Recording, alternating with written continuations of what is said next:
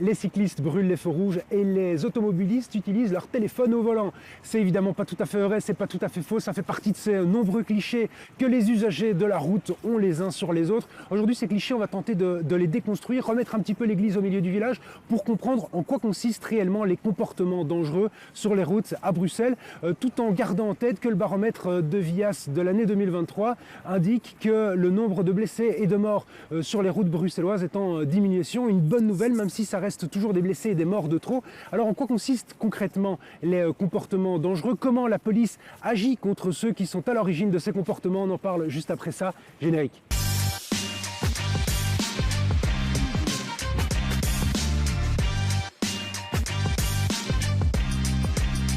Bonsoir à toutes, bonsoir à tous, ravi de vous retrouver dans le tram. Alors, ces dernières années, on a découvert les marathons de la vitesse qu'on connaît désormais assez bien. Et puis, ces dernières années, on a aussi découvert les week-ends contre la distraction au volant, des opérations de police intenses par rapport à différents types de contrôles qui sont menés. David Stevens, bonsoir, vous êtes commissaire à la zone de police Paul Bru, à la Bruxelles Capitale XL.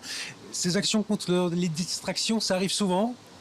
Bonsoir, bien sûr, c'est quelque chose avant, c'était pas vraiment le cas parce que tout le monde avait un petit smartphone, on peut juste téléphoner avec. Maintenant, tout le monde est connecté 24/7 et c'est quelque chose qui est très dangereux. Donc, ne pas être attentif au volant, ça tue des autres personnes, ça fait beaucoup de drames et c'est pour ça qu'il y a beaucoup de contrôles parce que le GSM est devenu le troisième killer dans le trafic. Après la vitesse et l'alcool et drogue au volant, le GSM fait aussi des dégâts. C'est quoi? Les gens sont ultra connectés, donc ils sont tout le temps sur leur téléphone. Il y en a beaucoup que vous êtes amenés à verbaliser pour ce type d'infraction? Oui, de plus en plus. Donc, il y a vraiment beaucoup de contrôles, mais aussi beaucoup de PV pour ça. Donc, les gens ils regardent la télé, YouTube, le Facebook et autres. Donc, ça, c'est quand même hyper dangereux. Il faut être concentré et chaque centimètre ou chaque réaction compte. Donc, qu'est-ce qu'on peut faire, qu'est-ce qu'on ne peut pas faire? Parce qu'on a tous des écrans dans notre voiture. Est-ce qu'on peut, par exemple, encoder sur son écran une nouvelle adresse de son GPS?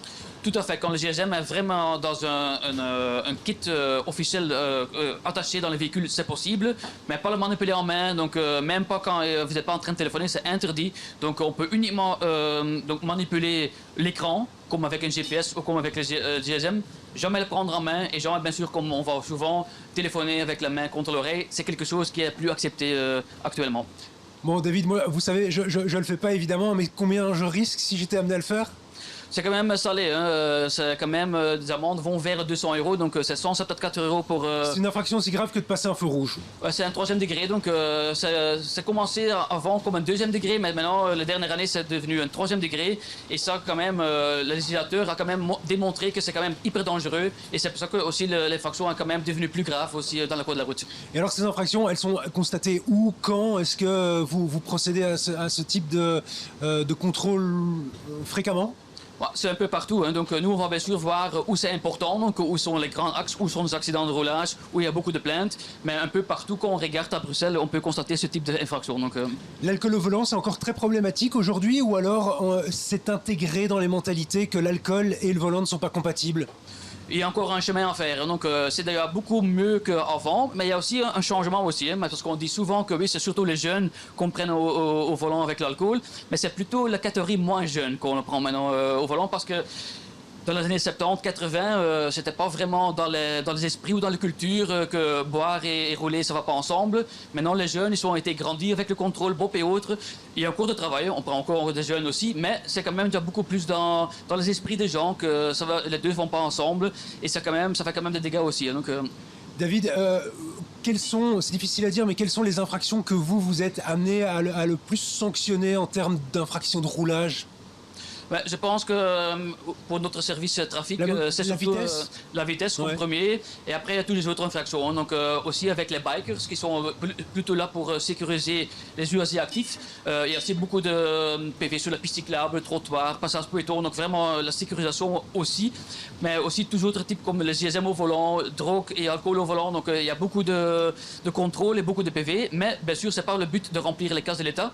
Bien sûr, c'est d'augmenter la qualité de vie et d'assurer que tout le monde peut rentrer à la maison en toute sécurité. Et je trouve aussi que la code de la route et aussi la sécurité routière, c'est une responsabilité partagée. Donc, David, on vous voit souvent pour les bikers parce que vous faites partie de ces deux brigades à vélo. Comment est-ce qu'on se partage le travail entre policiers à pied, policiers en voiture, policiers à vélo comment ça se passe par rapport à ça pour sanctionner les infractions? Comment se partage le travail? Mais c'est un peu, chaque équipe a son propre priorité, on va dire. Pour les bikes, c'est plutôt la zone piétonne, le centre-ville de Bruxelles et XL aussi, dans les zones piétonnes, pistes cyclables et autres. Et encore des autres équipes à pied, mais aussi en cyclomoteur et aussi à voiture. Donc, et on a aussi des motards. Donc, chaque équipe a un peu son spécificité. Et bien sûr, nous sommes tous là pour la même cause, pour augmenter la qualité de vie et que toutes les Bruxellois soient en sécurité et aussi les visiteurs, que ce n'est pas le chaos ici. Il y a encore du travail, ça je ne veux pas dire. Mais maintenant, j'ai 21 ans d'expérience sur le terrain et je peux quand même vous dire que le premier jour que je suis venu à Bruxelles, c'était quand même autre chose que maintenant. Il y a encore du travail, mais quand même, il y a quand même une certaine sécurité qui a été instaurée aussi pour le moment. Chaque semaine, on parle de mobilité ici, on parle du stationnement notamment. On sait que le stationnement, il y en a de moins en moins en voirie. Ça crée parfois des problèmes par rapport aux places de stationnement, aux places de livraison. Est-ce que c'est des infractions que vous constatez plus souvent maintenant qu'il y a moins de places de stationnement en voirie? Non, je vais même dire qu'il y a moins d'infractions là-dessus. Donc, parce que les gens ils ont aussi compris qu'il y a aussi la police qui est là pour veiller sur ce type d'infractions. Je peux vous dire que je contrôle aussi souvent les parkings souterrains. Il y a toujours de la place encore. Donc voilà, il n'y a pas une saturation. Donc il y a toujours encore de la place. Bien sûr, c'est payant. Mais ça, je pense que c'est pas le truc. C'est juste que nous devons juste voir que pour 2 minutes, oui, c'est juste que pour 2 minutes, où la mentalité, je mets ma voiture où je veux. Ça, c'est terminé. Tout le monde doit respecter la code de la route. Et il y a toujours des places quelque part ou des autres solutions pour quand même arriver quelque part. Et juste la laisser aller, ça on va pas tolérer. On dit souvent, les automobilistes de temps en temps ont l'habitude de dire que les cyclistes ne respectent pas les feux rouges. Est-ce que c'est quelque chose que vous constatez sur le terrain? Ce que je peux constater, que c'est, il y a bien sûr certains cyclistes qui ne respectent pas les règles, mais il y a aussi automobilistes qui ne respectent pas les règles, ou des piétons. Donc c'est quelque chose qui est vraiment partagé avec tous les modes de déplacement. Moi, j'appelle de quand même respecter la code de la route. La code de la route n'est pas une option. On ne peut pas dire, oui, mais ce type de code de la route, je vais respecter et l'autre côté pas, parce que la code de la route a été fait démocratiquement dans un parlement, et c'est pour éviter des accidents, pour éviter des dégâts. Et je peux vous assurer, on vient des années 70-80 avec 3000 morts sur la route en Belgique. Maintenant, nous sommes descendus déjà à 500. C'est encore 500 de trop et c'est 500 familles et vies brisées. Et ça, avec la police, on veut encore diminuer ça avec nos partenaires de sécurité. Un feu rouge à vélo, c'est systématiquement sanctionné? Bien sûr, donc c'est dangereux, donc ça fait la voiture, vélo, c'est dangereux. Mais par exemple, je donne l'exemple toujours de la zone piétonne. Avant, on devait toujours sanctionner des véhicules. Maintenant, les véhicules ont été mis sur le côté parce que maintenant, c'est le piéton qui est devenu le roi et la reine. Et maintenant, il y a certains cyclistes et trottinettes qui donnent le même mauvais conduite comme certains automobilistes dans l'époque. Et maintenant, ils sont en train de verbaliser aussi les cyclistes et les trottinettes là-bas. Donc ça, c'est le changement de la ville qu'on constate aussi avec la police. Et nous devons s'adapter à ça. Merci David Stevens, commissaire à la zone de police Bruxelles XL. Voici pour le terrain. Maintenant, on va s'intéresser aux chiffres parce qu'ils sont bons cette année, ou l'année passée plutôt, pour la sécurité routière à Bruxelles. Et des chiffres de sécurité routière, je le disais, qui sont meilleurs à Bruxelles. Juste avant, la question de la distraction au volant. Le téléphone au volant, c'est toujours un fléau, Benoît Godard? Oui, c'est toujours un fléau. Ce qui change par rapport à il y a une dizaine d'années, c'est l'usage que l'on en fait. Aujourd'hui, 7 conducteurs sur 10 le font vraiment pour lire des choses, le prendre en main, consulter les réseaux sociaux. Il y a 10 ans, c'était pour téléphoner au volant. Aujourd'hui, pratiquement toutes les voitures sont équipées d'un système Bluetooth, mais ça n'empêche pas les conducteurs de l'utiliser d'une autre manière, qui est encore plus dangereux, puisque là, le risque d'accident est multiplié par 12, alors que si vous téléphonez au volant, c'est multiplié par 2. Donc, l'usage a changé, mais les risques sont restés. Je suppose que c'est une bonne idée, selon vous, de passer d'une infraction du 2e au 3e degré par rapport à ce type d'utilisation. Oui, c'est devenu en fait le fléau principal de la circulation routière aujourd'hui. Et donc nous, on est demandeur par exemple de pouvoir utiliser des caméras justement pour aider les policiers à pouvoir verbaliser les conducteurs qui cachent leur téléphone sur les genoux, qui mettent un ordinateur portable sur le siège passager vide. Et donc ça permettrait d'être plus efficace. Des caméras, c'est-à-dire des caméras NPR par exemple, les fameuses, ou alors des caméras simplement qui visualisent ce qui se passe dans l'habitacle et regardent via l'intelligence artificielle si oui ou non le conducteur est en train d'utiliser son GSM. Affaire à suivre. Parlons du rapport un petit peu. La sécurité routière s'améliore à Bruxelles. Un blessé, un mort est toujours un blessé de trop, mais ça s'améliore. Oui, il y a eu en 2023 3800 accidents environ. C'est une amélioration de 10% par rapport à l'année d'avant. On est revenu environ 10 ans en arrière, mais évidemment, il y a 10 ans, il n'y avait pas les trottinettes électriques. Donc si on enlève les trottinettes électriques, on aurait une amélioration de 10-15%. Donc c'est un chiffre qui est remarquable. Et il y a eu malheureusement encore 6 tués l'an dernier, enfin en 2023 sur les routes, mais il y en avait eu 24 en 2022. Donc les choses se sont quand même améliorées. Vous anticipez ma question suivante. Qui sont les personnes plus faibles sur la route ? À Bruxelles, c'est simple. Un accident sur 2 implique un piéton ou un cycliste. Et donc, c'est clair qu'on est dans une grande agglomération avec de nombreux usagers. Aujourd'hui, il y a des cyclistes, mais il y a aussi des cyclistes sur un vélo électrique. Il y a des gens qui utilisent les speed pédélec, les vélos électriques rapides. Eux aussi viennent de plus loin, mais arrivent dans Bruxelles. On a des trottinettes électriques, on a toute une série d'engins qui n'existaient pas il y a quelques années. Et donc, tout le monde doit trouver sa place. Est-ce que ça veut dire qu'il y a plus d'accidents qui concernent 2 cyclistes plutôt qu'avant peut-être voiture et cycliste? Pour la première fois en 2023, on a enrayé une hausse constante du nombre d'accidents impliquant les cyclistes. Donc c'est une très bonne nouvelle. On peut espérer aussi que plus il y a de cyclistes, plus les automobilistes ont l'habitude de faire attention à eux et que donc les choses vont s'améliorer, d'autant qu'il y a de plus en plus d'automobilistes qui, à leurs heures perdues, sont aussi cyclistes. Et alors comment faire pour améliorer encore cette situation? On a déjà évoqué plusieurs pistes. L'infrastructure est très importante. On a des exemples, par exemple, le long du boulevard Reyers. Maintenant, c'est devenu assez sûr. La piste cyclable est protégée par des bornes en béton. Vous preniez, juste avant le Covid, c'était une catastrophe. Donc, en matière d'infrastructure, on a déjà progressé. Il y a certainement matière à progresser encore.